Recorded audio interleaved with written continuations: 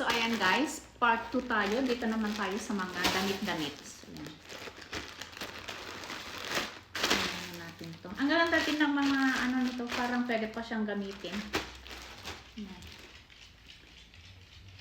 Christmas sweater for Lucas. Ayan guys, ang ganda niya. Tingnan niyo sa loob, oh. Makapal siya. Talagang pang winter sweater.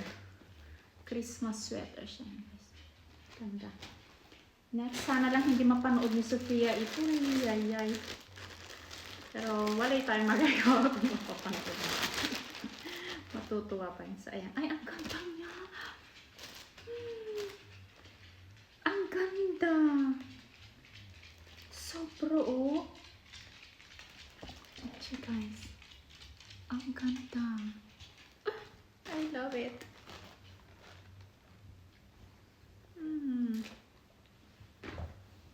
Next, unahin ko lang muna itong mga may binili akong blouse din para sa akin ito. May itsura ko. Maliligo na ako. Ay, hindi pa pala ako nagbre-breakfast. Kaya hindi ko lang kung anong ulamin ko. Ito siya. Maganda din siya. Ayan, may pabutones siya sa likod.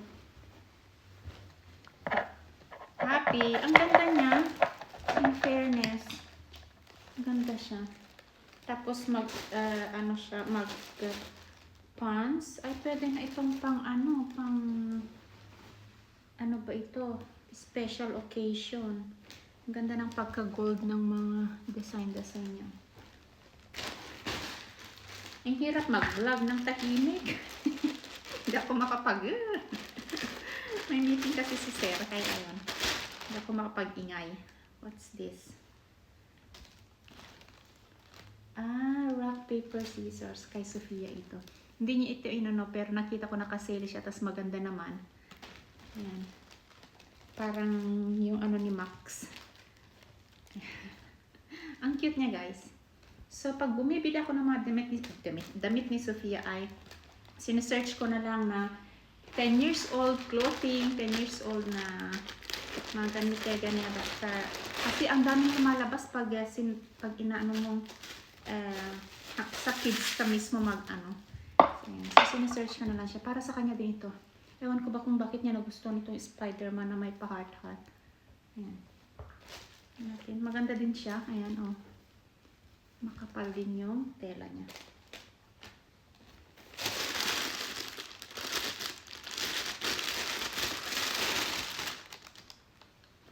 Ito yung ano niya, pang Christmas, pang Christmas. Ayaw niyang magbestida, guys.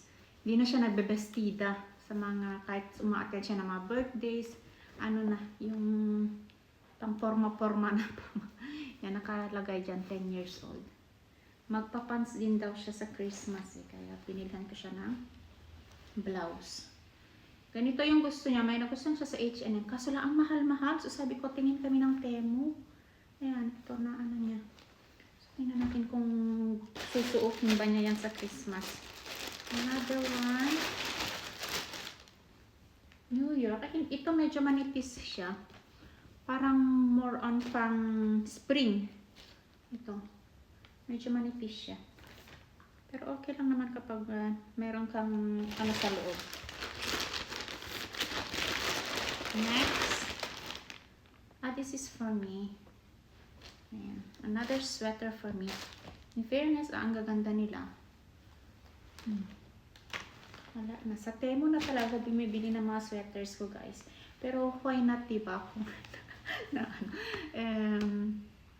Kung makakamura naman, why not? Maganda naman yung quality nila. Ang mamahal kasi dito, ang mamahal ng mga damit, yung mga sweaters, yung mga cardigans. Ay, grabe, ang mamahal. Kaya, doon tayo sa mura. Ang ganda nito, oh.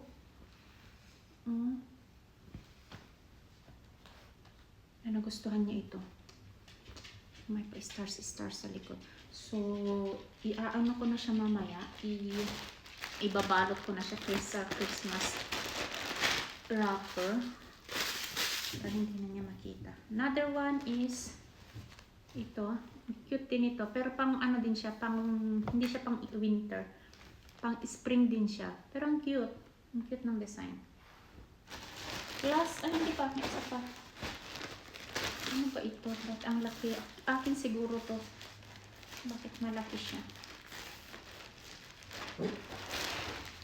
Yes, it's for me. Ang ganda din niya, guys. Oh. 100 plus ko lang to nabili, ha. Dito, mabibili mo na siya ng mga 4.99, mga ganon, krona. Ayan, ang ganda, oh. Sa loob. Oh. Saan ka pa? Next, last na. Last. Ito din. Gusto din niya. Nothing. Parang, hindi ko gusto yung print niya. Yung may bear na parang ang dami niyang band-aid tapos may mga ayoko nito. May dollars pa siya. Bear na may band-aid na ano bang nakalagay dito? What? Nothing. Basta ito siya. Hindi ko siya bet. Ayan. Parang nasaktan yung bear. No, hindi ko ito bibigay sa kanya.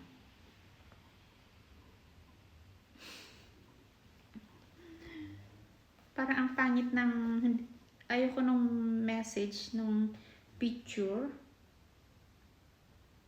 Yeah. So anyway guys, thank you so much. Hindi ko ito